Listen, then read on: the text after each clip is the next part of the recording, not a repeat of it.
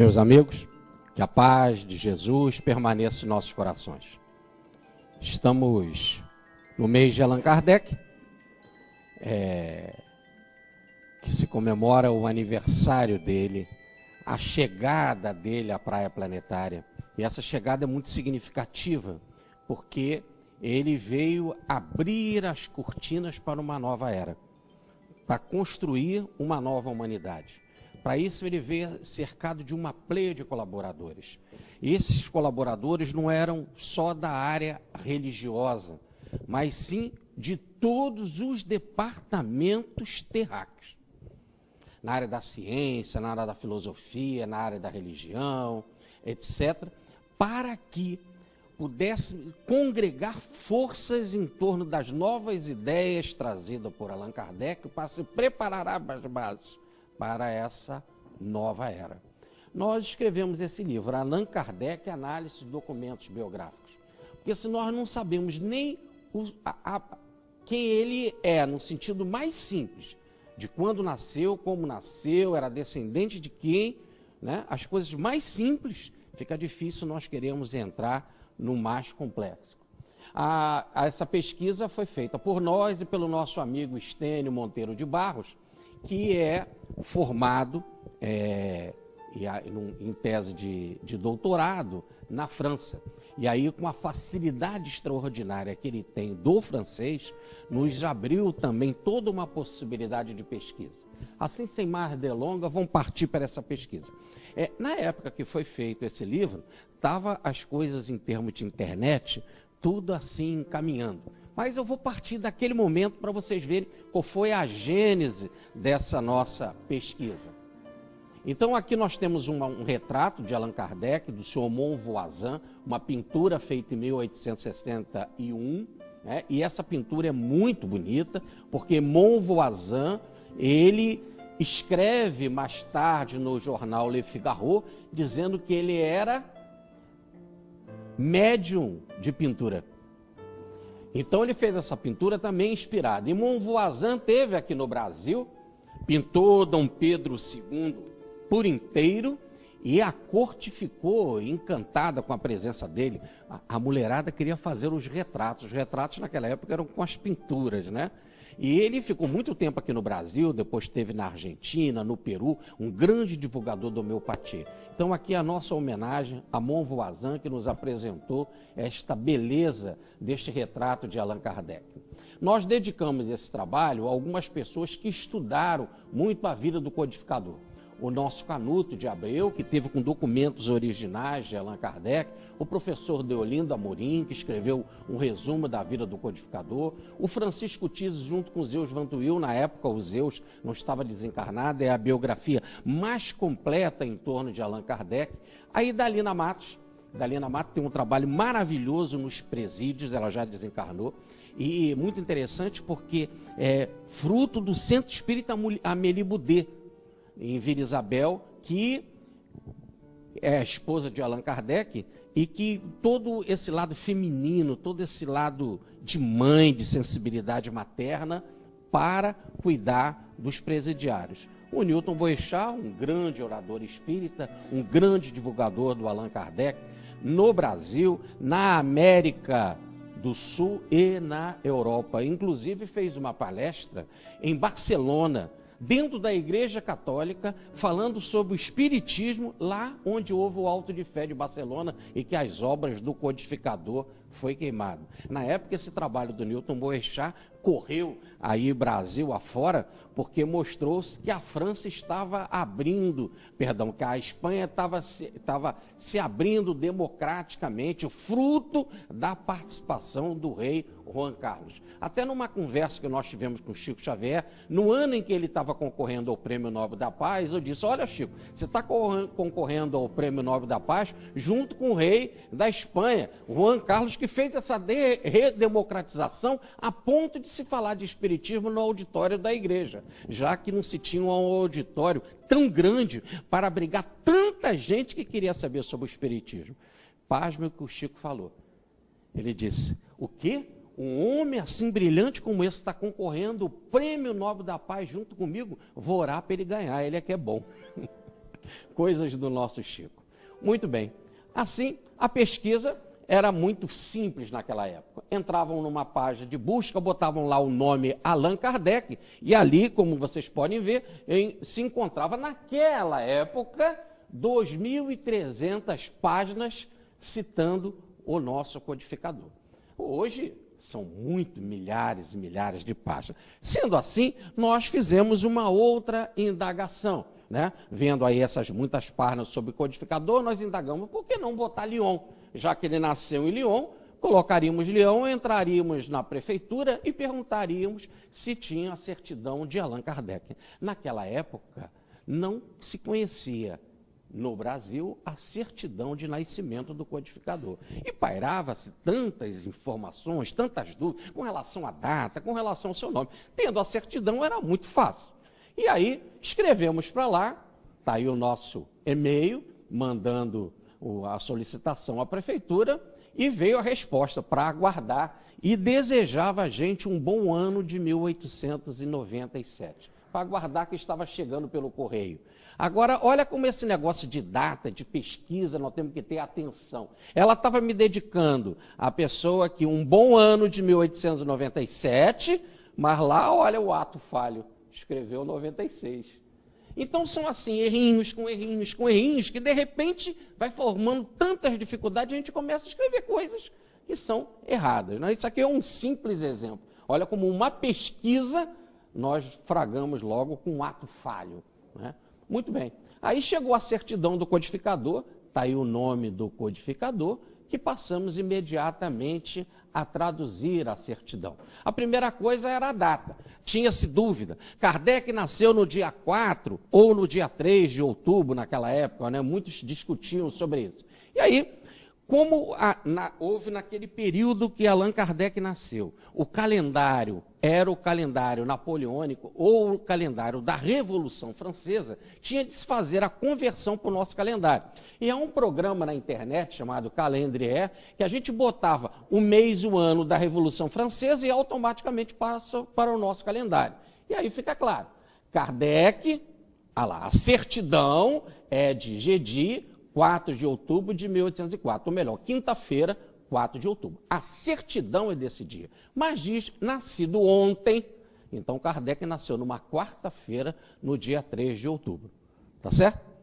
Bom, feito isso, está aqui os lugares que nós vamos pesquisar, né? O local de nascimento de Allan Kardec, o local de casamento de Allan Kardec e o local de origem da esposa de Allan Kardec. Então, o nosso foco é dessa intimidade. Kardec, a mulher dele, o casamento dos dois. Muito bem. Isso tudo só baseado em documentos. Aí nós temos lá o local onde Allan Kardec nasceu, né? O rio, lá em Lyon, o rio Saône, que cruza a cidade. É a segunda maior cidade da França, Lyon. Aí mostra todo o desenvolvimento dela atualmente, né? O rio lá cortando a cidade, uma cidade realmente importantíssima. E aqui uma informação interessante, a certidão diz que ele morava, os seus pais, no Bourg-en-Bresse e não em Lyon. E tudo fica claro, porque ele uma vez escreveu na Revista Espírita de 1862, jamais morei em Lyon. Ele só foi lá para nascer, em Lyon. Então, a distância de uma cidade é outra, inclusive é outro departamento, é como se fosse um outro estado. Lá eles chamam de departamento que a gente chama de estado. Tá? A distância de uma para outra é de 60 quilômetros. Muito bem, aí tem uma visão aí que nós temos do Bourg-en-Bresse, que é onde moravam os seus pais, não em Lyon. Aí, para nossa surpresa, como vinha na certidão o local em que ele nasceu, nós fomos fazer uma pesquisa sobre esse local. Fomos fazer uma pesquisa sobre o que tinha nesse número. Porque lá a certidão dizia que ele nasceu num estabelecimento de águas minerais, ou melhor, de águas termais. E o que era esse estabelecimento? Aí nós escrevemos para a Biblioteca da França e foi enviado um livro de 700 páginas para a gente, em manuscrito, né, contando, está aí uma das páginas do livro, contando o que se tinha naquele local. Tá certo? E aí nós vamos ver aí por que Kardec nasceu em Lyon, quando a família dele morava no Bourg-en-Bresse, e por que era um estabelecimento de água mineral, de água termal. Aí, mais uma vez, comprovando a certidão, e a certidão aqui tem um caso muito especial. A assinatura é do médico, não do pai dele. A assinatura dos dois responsáveis pelo estabelecimento de águas minerais, porque a certidão fala do endereço deles e quem eles eram, né? O senhor de Itamar, que era o diretor do estabelecimento, e um funcionário, o senhor Targe. E aqui o representante da prefeitura. Você tinha, na hora, é como se fosse do cartório hoje. Na hora que você vai fazer a certidão, você tem que ir no cartório. E então já surpreende, porque todas as certidões da época, quem fazia é o pai, como até hoje. É o pai que se dirige ao cartório e faz o registro. Tá certo? Então, por que que era um médico? E por que que ele nasceu no estabelecimento de águas minerais? E aí, esse livro do senhor Verromel vai, Benoit, né? Benedito Verromel vai nos explicar tudo. Muito bem. Então, vamos lá. A sua família morava no Bourg, no estado de Laim, no Bourg-en-Bresse, a 60 quilômetros de Lyon. O seu pai se chamava Jean-Baptiste Antoine Rivail, era militar. A sua mãe, Jeanne Louise Duhamel. E o seu nome, olha lá, Denisard, não tem essa vírgula, Denisard Hippolyte Lyon Rivail. Assim que está na certidão. E olha lá, interessante, ó. Denisard é com S, não com Z. Hippolyte está o Y trocado do que nós temos nas biografias, né? Não está com dois P's. O Rivail, olha, diz lá que ele nasceu no dia 3 de outubro, que a certidão é do dia 4, mas ontem nasceu, numa quarta-feira, em Lyon, na rua Salat, ou na rua Sala, número 74.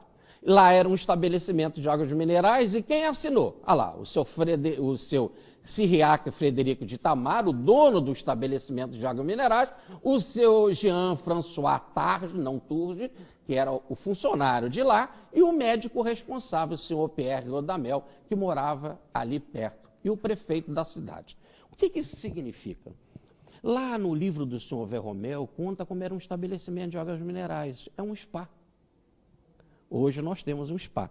Lá tinha ducha, água quente, água fria, massagem, quartos para repousar, a assistência médica. Tá certo? E a mãezinha da Allan Kardec, a senhora Jeanne Louise Duhamel, para receber todo um bom atendimento, ela já tinha tido 2 filhinhos, um menino e uma menina, irmãos do Allan Kardec, que desencarnaram. Havia perseguição muito forte política naquela época, passou por perseguições políticas, inclusive um dos parentes de Allan Kardec foi guilhotinado pela Revolução Francesa. Então o impacto emocional de uma mãe é muito forte. Então ela nasceu num local, o Allan Kardec nasceu num local totalmente protegido, com assistência médica, com duchas, com mergulhos em águas térmicas, temperadas, águas frias, massagem, com todas as condições para ter um bom nascimento. E a sua mãezinha, a senhora Louise Duhamel, também ser muito bem acolhida. Nascendo um menino, né? O pai nem estava ali, o pai tinha ido a Paris a negócio, o pai foi resolver problemas em Paris, a criança nasceu, o médico é que fez a certidão, porque ele que era o responsável pelo parto, tá? E logo depois a mãe, se sentindo bem, volta para suas terras, que é as terras do Bourg-en-Bresse, que é um outro estado. Logo, se explica e fica claro o que Allan Kardec falou. Jamais morei em Lyon. Vamos pegar alguns problemas psicológicos que a família sofreu.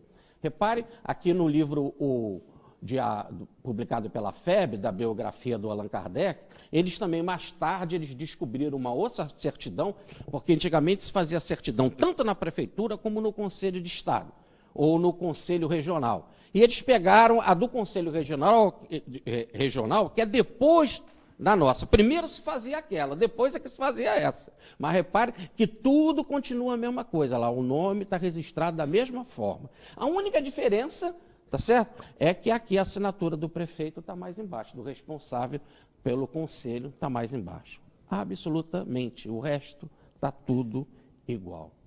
Bom, o pai de Allan Kardec chamava Jean-Baptiste Antoine Rivail, né? Ele nasceu no dia 6 de janeiro de 1759, em Lyon. Né? Ele era homem de lei, ele era o pai do Allan Kardec, eu estou falando do pai. Ele era homem de lei, homem de lei, aqui significa pessoas que resolviam problemas jurídicos, um juiz de paz. Um juiz de paz, naquela época, era até eleito. Por exemplo, aqui no Brasil, o doutor Bezerra era juiz de paz, eu nunca fui advogado.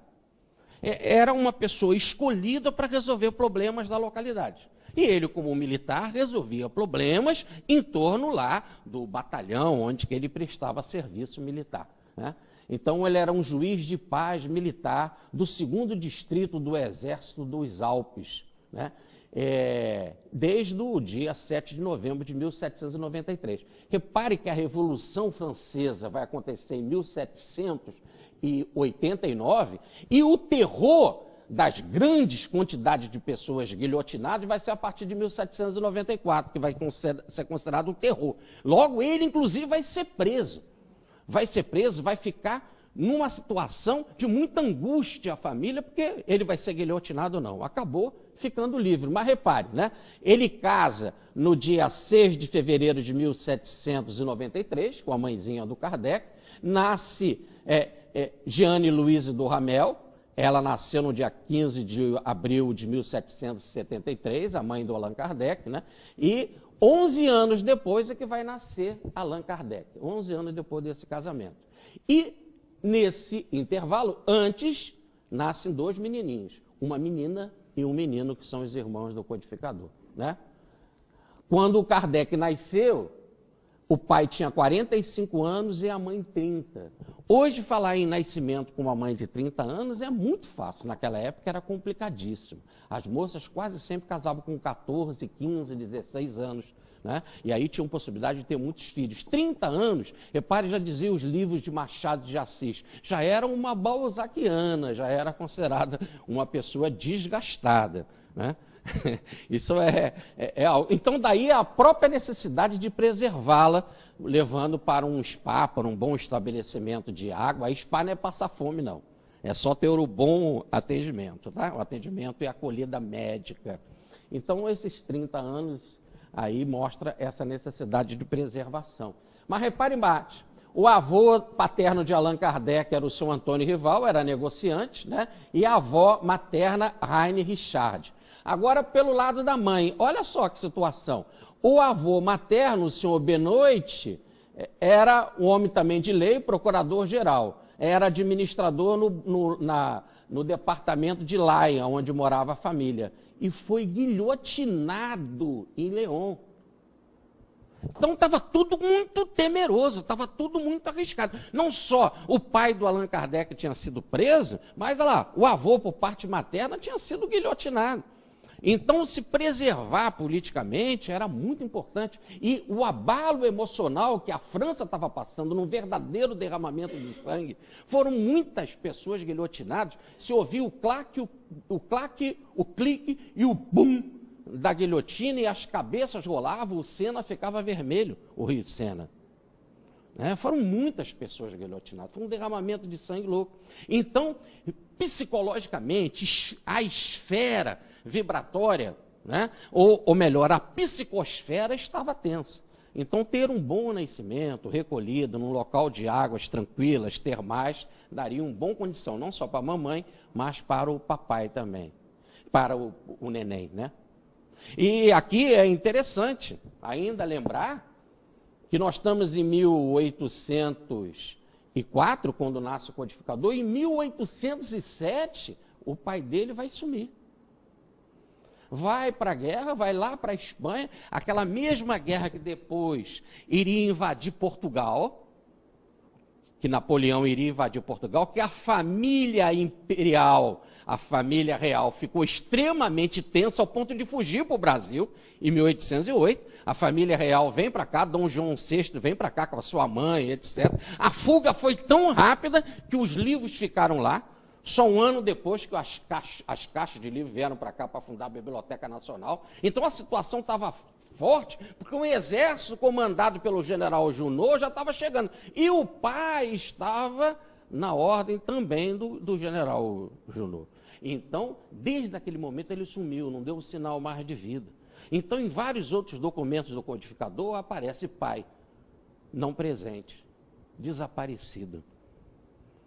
Tanto aparece assim, por exemplo, na sua certidão de casamento. Eu quero contar bem isso para a gente ver a tensão que estava no ar e como a espiritualidade inteligente fez o nascimento do codificador num ambiente assim tão acolhedor, tão bem preparado, tá? Muito bem. Aqui nós temos a certidão de nascimento da Amélie Boudet, a esposa do codificador. A certidão de nascimento, vamos falar algumas coisas importantes, né? Amélie Gabrielle Boudet, uma mulher extraordinária, ela era professora. Seu pai, Julien Louis Boudet, a sua mãe, Julie Louise Sanguinet. Ela nasceu no dia 22 de novembro de 1795. Tinha um apelido de Gabi. Na época, na França, era muito comum se ter apelido, não só para mulher, mas para homem também. Tá certo?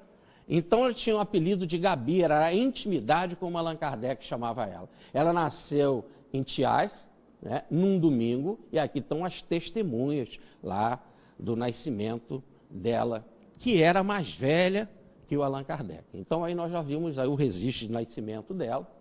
E aqui nós já estamos vendo a certidão de casamento deles. Eles já vão casar em Paris. Então, observem bem o movimento. Ela morava em Thiais, foi para Paris. Kardec morava no Bourg-en-Bresse, a família, ele nasce em Lyon, volta para o Bourg-en-Bresse, do Bourg-en-Bresse, porque a família materna era rica, bancaram para ele ir para a Suíça, para Yverdon, para estudar em Yverdon. Lá ele vai estudar com Pestalozzi, vai voltar não para o Bourg-en-Bresse, mas vai voltar para Paris. E já em Paris vai começar bem novo, com 20 anos, na casa dos 20 anos, escrevendo livros pedagógicos baseados nas teorias de Pestalozzi. Né? Ele era um divulgador do pensamento de Pestalozzi na França e em Paris, inclusive aconselhando o governo francês em várias situações com relação à educação. Tinha um colégio para jovens, né, onde que ele se dedicava como professor em várias e muitas matérias. Era um poliglota, conhecia muitos e muitos idiomas, e inclusive era tradutor e tradutor brilhante. Por exemplo, traduziu a obras de Fenelon para o alemão. Ele casa então, e o casamento está lá. Olha, repare como o escrivão, ele vai, uma coisa vai se complicando com a outra. O nome dele já está escrito diferente da certidão de nascimento. Mas pouco importa, mas é ele. Ele casa com a Amélie Boudet, né, em Paris, no dia 9 de fevereiro de 1832. Quando a gente pega as biografias, a biografia diz que ele casou no dia 6. É só pegar a certidão que está claro lá, que é dia 9. Olha, se troca o 6 pelo 9, é muito comum, até psicologicamente, é só inverter o 6 com o 9, né? E ir por um ato falho. Naquela época, as pessoas não andavam com xerox, como nós estamos andando aí, com uma cópia fiel. Guardava de memória, copiava. E na hora que você copia, você comete uma falha, comete um erro. Veja aquele cartãozinho de apresentação. Feliz ano de 97, 1896. Né? Então, na hora que você escreve, você comete atos falhos. Então, você pega na várias biografias, está lá dizendo que eles casaram no dia 6, né? Inclusive o primeiro grande biógrafo de Allan Kardec, Henri Sauze, fala isso, mas é só olharmos lá a biografia. Né? Ele morava na rua Sèvres, 35, onde tinha um instituto rival, onde ele tinha escola, e ela morava na rua de La Planche, número 10. Ele tinha 28 anos, ela 36. Ela era mais velha do que ele ali, 9 anos, tá certo? E, nesse caso, eles vão casar e ela vai morar com ele na rua Sèvres. Como ela era professora e já tinha livros, inclusive de desenho, etc., ela vai ser uma companheira no trabalho dele. Como professora, vai ser uma companheira. E quando Allan Kardec for espírita, ela vai ser uma companheira no espiritismo. E depois nós vamos ver que ela vai ser uma defensora da obra dele. Aí está o testamento dele. Ele escreve um testamento no dia 24 de abril de 1876. E ele só vai desencarnar em 1869. Então, o testamento é bem antes. E é importante nós termos esse testamento, que nós pedimos lá ao departamento de Paris, esse testamento. É muito bom ver ele, porque nós vemos a intimidade dele com a madame. Né? Ele tinha uma certa condição financeira e, em certa altura, ele diz assim, testamento dele, universal. Tudo que eu tenho, tudo, com o meu falecimento, se eu falecer antes, pertence a Gabi. A minha companheira, fiel companheira de Estado. Então, ele depositava uma total confiança, não só moral, mas intelectual na sua companheira, sabendo, e depois nós vamos ver isso lá na frente, sabendo que ela seria uma grande gestora do seu patrimônio. Aliás, vai gerir até melhor do que o próprio Allan Kardec esse patrimônio, visando o bem da doutrina espírita, e ele já tinha colocado isso no testamento muito antes de conhecer a doutrina. Ele só vai conhecer a doutrina a partir de 1855, vai escrever o Livro dos Espíritos em 57, nós estamos em 46, ele já tinha total confiança na esposa, dizendo que ela era a sua companheira das boas obras. Daí a certidão de óbito do codificador. Então, essa certidão de óbito foi muito bom também chegar às nossas mãos. Várias correntes evangélicas, evidentemente não por causa do evangelismo, que tem igrejas maravilhosas, abençoadas, que está aí fazendo um trabalho muito abençoado com a população. Mas eu estou falando de correntes preconceituosas, que fazem verdadeiros ataques, não só ao espiritismo, mas a outras religiões. Né? Nós temos o fato lamentável de se dar um pontapé na imagem de Nossa Senhora da Aparecida, de se tacar uma pedra na igreja, na imagem também do Ciro de Nazaré, né? E também se atacam a doutrina. Como não se tinha documentação, etc., e aí sempre ficava aquele negócio, como ele era espírita, ele era tomado pelos espíritos das trevas, ele cometeu foi um suicídio. Quantos falaram assim? Evidentemente, sem nenhum fundamento, porque no exato momento que nós não tínhamos também uma documentação, automaticamente eles também não tinham. Tá? E estavam falando daquilo que não conheciam. Né? Muito bem, com a documentação nós temos aí algo interessante. Olha, mais uma vez o nome está escrito de forma diferente do original, daí hoje a preocupação com a sua carteira de identidade. Repare que eles olham, examine bem aquilo que você está assinando, veja se o seu nome é assim, não é? Aí você tem que escrever 2 vezes, vai para a análise, para o nome sair tudo corretinho. Muito bem, aí o nome dele está invertido, ele casa no dia 31 de março de 1869, perdão, ele desencarna no dia 31 de março de 1869, às 14 horas, uma quarta-feira, mesmo dia da semana em que encarnou, uma quarta-feira, na cidade de Paris, onde ele morava, na rua Saint-Étienne, número 59. Essa passagem da rua Saint-Étienne, nós tivemos lá a oportunidade de visitar, e lá ficou sendo a Sociedade Espírita de Paris, e a sede da Revista Espírita. E agora já começamos a falar da mulher brilhante, que é a Amélie Boudet, e também a residência do casal. Ali havia reuniões terças e sextas, no local em que você morava. Quando eu falo da grandeza de Amélie Boudet, você ter uma mulher desprendida assim na sua casa, né? Você ter reuniões espíritas em que o público vai assistir, evidentemente que era um público seleto, porque o público que ia na sociedade, lá não era um centro espírita com a porta aberta. Lá para ir tinha de ser por escrito. E o outro que ia tinha de se responsabilizar pelo seu convidado também por escrito. As reuniões eram científicas, era uma sociedade científica, né?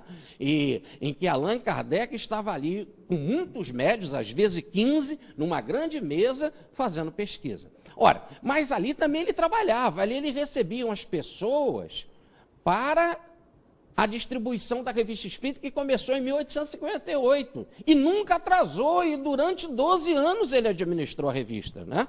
Ele tinha responsabilidade sobre ela, inclusive bancava financeiramente, né? E distribuía, e escrevia, tinha responsabilidade editorial sobre ela. Assim, também recebia muitas cartas, ao ponto de ter um secretário. E está aqui na certidão, olha lá, quando ele desencarna, o senhor Armando Teodório Deliens, com 25 anos, na época era secretário de Allan Kardec. Allan Kardec teve outros secretários, mas aí na época da desencarnação era o seu Deliens, o secretário dele. E tinha de ser mesmo um secretário, porque ele recebia uma quantidade enorme de cartas no mundo inteiro. E como é que eram as cartas naquela época? Tinha de responder, e como respondia? Era à mão. Ah, mas como é que ele guardava uma cópia? Então tinha de ter um copiador de carta, tinha de copiar a carta. Naquela época não tinha papel carbono, não tinha mimeógrafo, nada disso. Então você tinha de copiar. Para guardar uma sociedade científica, você tinha de guardar uma cópia para outra ser enviada. E repare recebendo cartas no mundo inteiro, muitas cartas em outras línguas. E digo ainda mais, a situação do tempo de Allan Kardec estava tão tomada, e olha quantos livros que ele escreveu nesse espaço de 1857 a 1859, né? Quantos livros, a revista, sem atrasar, todo mês, sob a sua responsabilidade, o trabalho era intenso, ao ponto de ali funcionar a sociedade, ali funcionar a sede da revista, ali ali ser a sua residência. Então a mulher era brilhante, a dona Amélie Boudet, porque ela permitiu que a sua casa fosse também uma casa para acolher, para consolar tantos que vinham querer esclarecimentos. E mais, se tinha horário determinado para as reuniões da sociedade, as visitas dos estrangeiros, e vinha gente da Rússia, da Alemanha, da Inglaterra, dos Estados Unidos à beça. Esses eram recebidos a hora que fosse necessário. Ele estava sempre disponível, Allan Kardec, para receber essas pessoas, porque essas pessoas estavam em trânsito e viagem, e não podiam aguardar, às vezes até uma sessão, ou então tinha de fazer uma porção de perguntas, né? E que não cabia mais naquela sessão que Allan Kardec ia fazer, que era uma sessão de pesquisa. Por isso que Allan Kardec começou a escrever vários livrinhos, né? Sobre mediunidade, escreveu um livro chamado Espiritismo na sua expressão mais simples, que eram livros preparados didaticamente como professor. Aqui algo importante deve ser dito. Allan Kardec foi o primeiro enviado da espiritualidade na história da humanidade como professor, como um didata.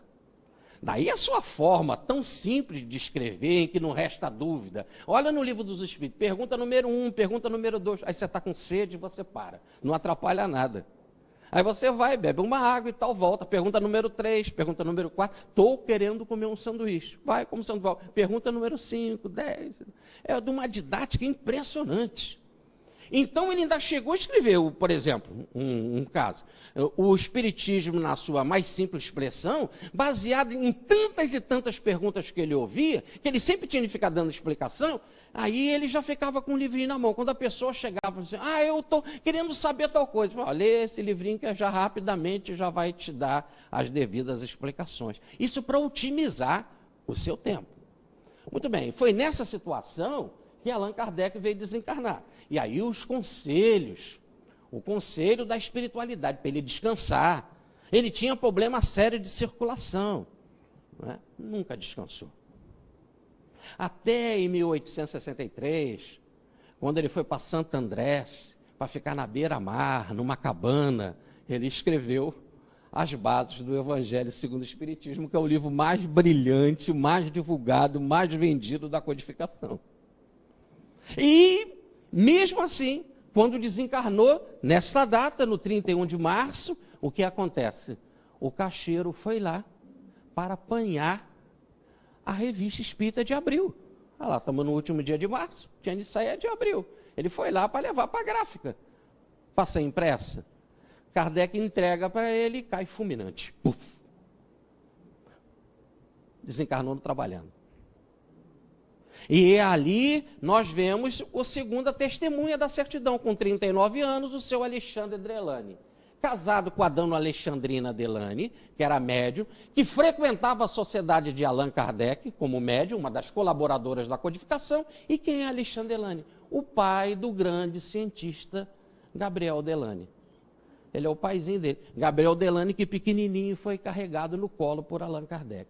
E o seu Alexandre Delany foi o primeiro a chegar, foi chamado, ele era vizinho do codificador, então ele foi chamado urgente porque o codificador estava considerado morto. Ele chega e realmente constata, dá um passe nele, muito interessante. Nós já não usamos muito mais essa técnica, às vezes nós esquecemos. Mas o Alexandre Delany, né, também magnetizador, ele deu um passe no corpo do codificador para aliviar fluidos, soltar, liberar fluidos, aquilo que está tão claro no livro dos médiuns, né? Volta os fluidos para o laboratório da natureza. Depois ele vai mandar cartas para Lyon, etc., e vai no túmulo do Allan Kardec. O Allan Kardec vai ser enterrado no cemitério de Montmartre. Só depois que é feito o túmulo do Allan Kardec no cemitério Père Lachaise, que nós vamos ver aí, e aí o corpo foi transladado para lá. E aí houve mais discursos e tal. Então Alexandre Delany era um grande amigo, ele era negociante, era um grande amigo do codificador. E como negociante era muito interessante, porque ele andava pela França para fazer negócio, fechar negócio, né? E andava por outros países, inclusive, e divulgava a doutrina espírita. Né? E via como é que estavam os centros espíritas. Então, era muito interessante que ele escreve vários artigos dizendo, fui em tal lugar, lá tinha um centro assim, assim, assim, assim, ele conta. Então foi bom que ele passou a ser um bom assim, historiador das origens da nossa doutrina. Muito bem, assim então desencarna o nosso codificador. Está aí, mais tarde, o Capelaro, Charles Roman Capelaro, fez esse lindo busto de Allan Kardec, que foi colocado no dome, tipo do Hidra, em pedra. Daí Allan Kardec é um pseudônimo do druidismo, que é a religião primitiva da Europa. Kardec foi um sacerdote na época de César, lá do druidismo, e o druidismo aceita a migração da alma, ou melhor, a pluralidade da existência da alma, a reencarnação, a mediunidade, né? Leva uma vida simples de contato com a espiritualidade. Então, o dome, construído no Père Lachaise, que era o cemitério moda, modelo, que estava sendo inaugurado lá na França naquela época, e que vários grandes personagens da história francesa e do mundo estão lá, os seus corpos sepultados lá, fizeram esse dome, então, druida, em homenagem ao codificador. E quem fez o busto foi o genial Capelaro, alma sofrida, sensível. Kardec vai desencarnar em 69, né? Mas antes, na década de 60, ele já tinha perdido 2 filhas. Então, lá mesmo no Père Lachaise, ele faz o túmulo das meninas, e é muito interessante que de um túmulo sai uma borboleta de pedra, mas em dimensão, assim, muito especial, porque é como se a borboleta estivesse batendo as asas, para dar a ideia de que o espírito não está preso no túmulo, que o espírito está voando, indo em direção aos céus, está em movimento, né? Mostrando que túmulo não é suficientemente grande e forte para prender o espírito que é imortal e que liberto sempre canta e vibra. Então ele foi convidado para fazer esse busto do fundador da filosofia espírita, como vocês podem ver ali. Aí está o dome maravilhoso. Esse dome, se nós olharmos de perto, tem algumas rachaduras, porque um desequilibrado por preconceito religioso, o religioso jogou uma bomba lá nesse dome, né, destruindo, e a prefeitura imediatamente reconstruiu. Aí é obra da reconstrução da prefeitura, dado o volume de gente que vai no Père Lachaise, todo dia é muita gente visitando o domo de Allan Kardec. Então a prefeitura, é lógico, não por visão religiosa, mas por visão turística, graças a Deus existe o turismo, que é uma economia limpa, né, e abençoada, porque nos dá cultura e fraternidade entre os povos, reconstruiu o domo. Mas quando a gente olha de perto, a gente vê ainda a cola, né, a rachadura, né, que foi feita. Muito bem, ali ele está sempre florido, isso não quer dizer que são as pessoas, quase sempre espíritas ou simpatizantes, que levam essas flores. Não. Ali existem 4 túmulos espíritas, da Bonne Maman, de Allan Kardec, do Gabriel Delany, e eles estão sempre floridos, esses túmulos. Por quê? Havia uma senhora que tinha uma filha doente, e ela foi lá e fez uma oração. E aí essa senhora tinha muito dinheiro. E quando ela fez essa oração e pediu aquele que estava ali, que era para ela estava ali, né, ou então estava ali naquela vibração, pudesse curar a sua filhinha, assim aconteceu. Então, como ela tinha dinheiro, ela colocou em testamento que os herdeiros só vão poder se beneficiar do testamento se nunca deixarem de botar flores lá. Por isso está sempre florido, né? Isso nos tranquiliza muito, né? Então, o dom está sempre florido. E lá nós temos essa linda frase, né?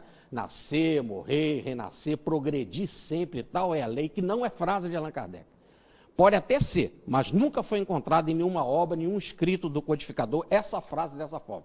Tem a ideia, nascer, morrer, renascer e progredir constantemente, tal é a lei, essa ideia faz parte da codificação, mas não a frase, né?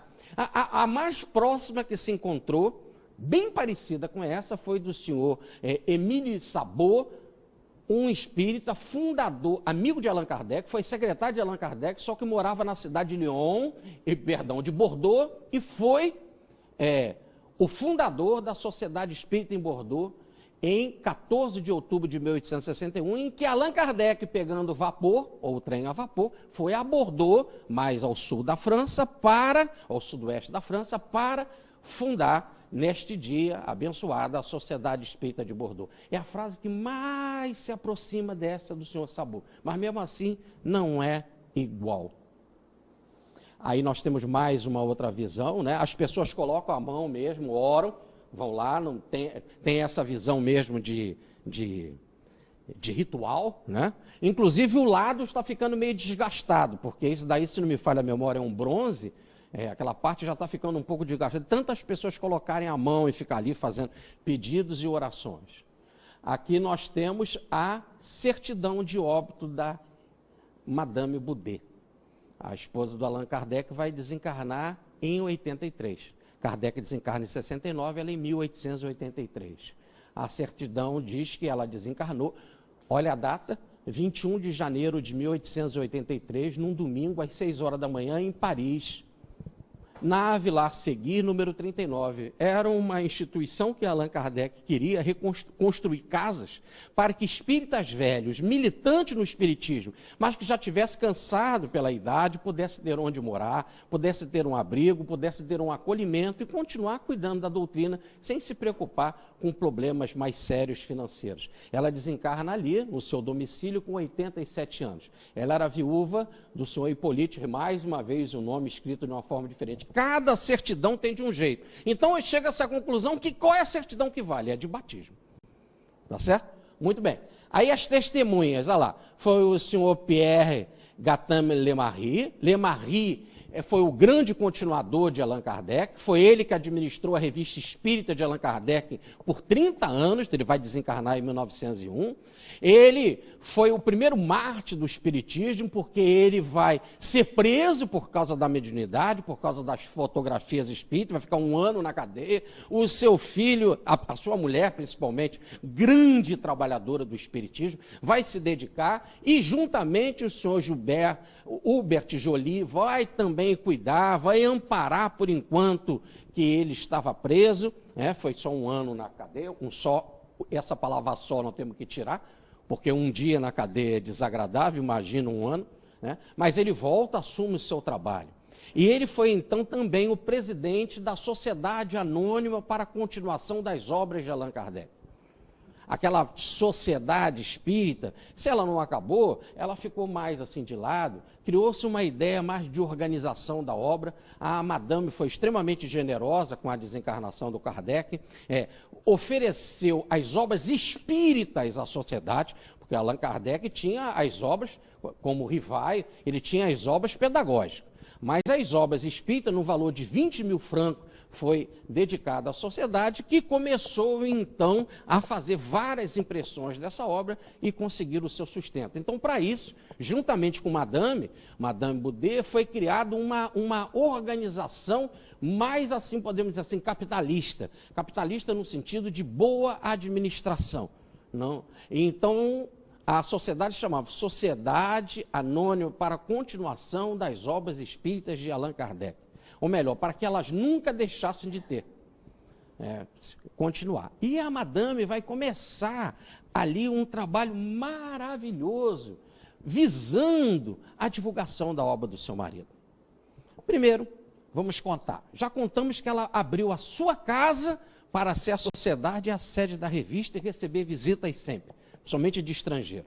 Tem que ser muito despreendida para isso, né? Ainda mais a mulher gosta de arrumar coisa desse jeito, do outro e tal, e de repente ficar recebendo visita, né? Você perde muita intimidade na sua casa. Um outro ponto em que ela foi genial é que com a desencarnação do marido, ela vai frequentar a sociedade espírita e as reuniões de desobsessão. E ela também não tinha aquela, e aí vai todo o respeito, ela não tinha aquela técnica brilhante, didática de Allan Kardec, de fazer aquelas perguntas que deixava todos, assim podemos dizer, dominados pelo fascínio das perguntas de Kardec. Muitas vezes as perguntas de Kardec são mais brilhantes do que as respostas. E ela, por não ter esta técnica, mas tinha um coração imenso, então, na hora das reuniões de desobsessão, vinha um espírito, às vezes, nervoso, ou um espírito mais agressivo e tal, ela não titubeava, não perdia a paciência. Em vez de argumentar, ele dizia, só um minutinho que está na hora da nossa oração. Às vezes fazia várias orações durante uma reunião. E aí o espírito, né, é tanta oração, é tanta luz, é tanto coração amoroso, que muitas vezes cedia aquele apelo de mãe, aquele apelo de sensibilidade de mulher, né? A mulher tem outra técnica, diferente do homem, de convencer e de vencer. Nós sabemos disso, né? Muito bem. Ora, há algo mais genial ainda. Ela, a partir desse momento, do momento da desencarnação do marido, ela vai começar a ser atacada, principalmente pelos familiares, como uma mulher miserável, pão dura, velha ranzinza. E não é isso. Muito pelo contrário. Depois, no testamento que ela vai escrever, que vai surgir a partir da sua desencarnação, em 1883, a coisa fica clara. Ela se dedicou tanto em cuidar do patrimônio do codificador, e cuidar desse patrimônio, e multiplicar e gerenciar bem esse patrimônio, que além das heranças que recebia, que vinham, por exemplo, de Bordeaux, etc., além disso, ela cuidava de tal forma que chegou a ter 32 imóveis alugados. E essa renda ela não gastava, guardava, aplicava, mas também a Vilar Segui, que era uma propriedade que tinha um valor de 300 mil francos. O segundo homem na estatura da hierarquia francesa ganhava cerca de 6 mil francos por ano. Daí vocês já podem ter a ideia do volume. Ela vai fazer o testamento quando estava para desencarnar, no dia 21 de janeiro de 1883, e vai deixar tudo para a sociedade de continuação da obra do seu marido. E vai deixar expresso. Fazia isso com um único objetivo. Para que a obra dele, isso é para falar e ficar arrepiado, para que a obra do seu marido, em momento nenhum, pudesse alguém deixar de ler porque era cara. Para que com aquele dinheiro que ela deixava para a sociedade, pudesse haver um investimento para que as obras do seu marido, as obras espíritas, ela está falando das obras espíritas, pudesse chegar a todos no preço mais acessível. E assim ela fez. Só que as trevas atacaram, e da forma mais sórdida. Uma desencarnação, e por testamento ela dizendo isso, e desencarnou lúcida, com 87 anos mais lúcida, brilhante, graciosa e intelectual. Estava numa obra intelectual e já casou como intelectual, já era professora e autora de livros, já desde o casamento, em 1835, desencarnou lúcida. A família vai para a justiça. E o juiz vai dizer, uma tia velha e alguns sobrinhos, o juiz vai dizer, mas ela deixou em testamento. E falam aqueles que vieram testemunha que ela estava lúcida. E o homem do cartório diz que ela estava lúcida. Estava assim, lúcida, mas louca.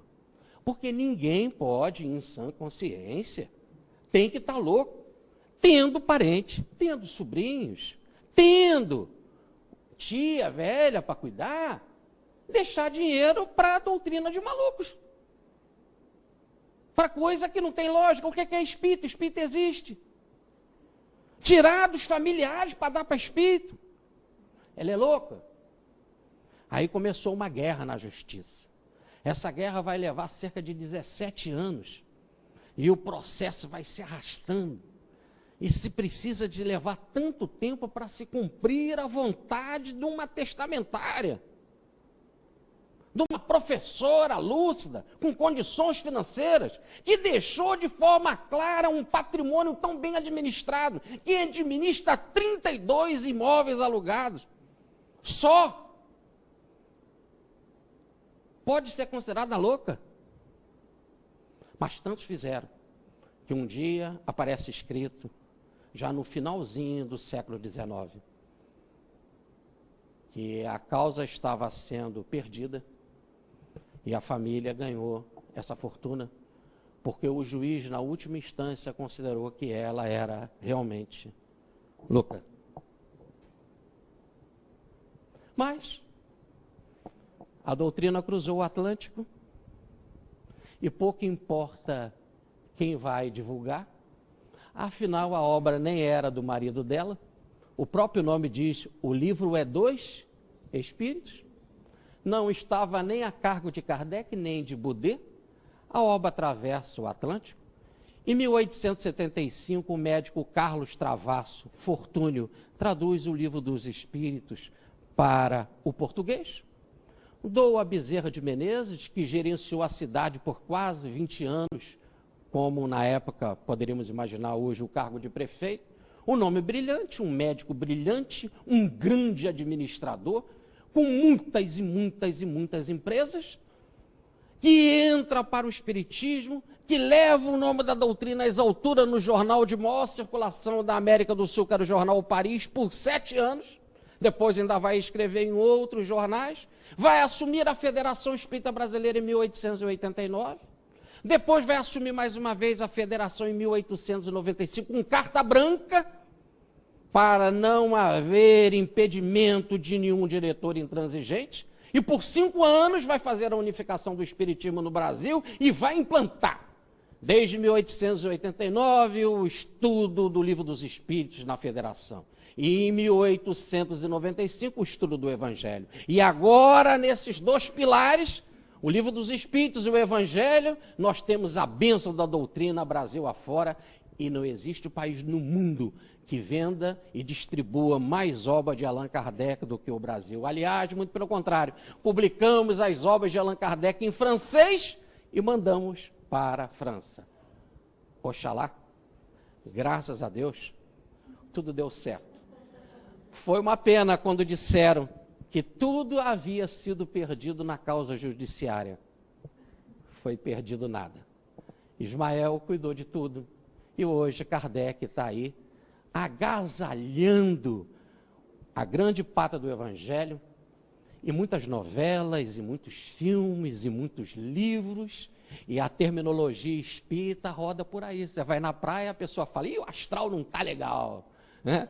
Você vai em outro lugar, você, em botequim, a pessoa diz, chegou tal pessoa, é meu karma.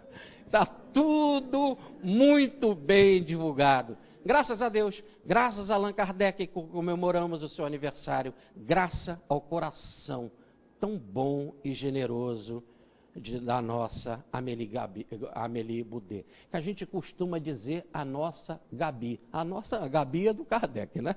A nossa é só a Amélie Boudet, que é esta alma assim tão carinhosa que deixou a perpetuação da obra do marido. Muita paz, fique com Deus, obrigado pelo carinho.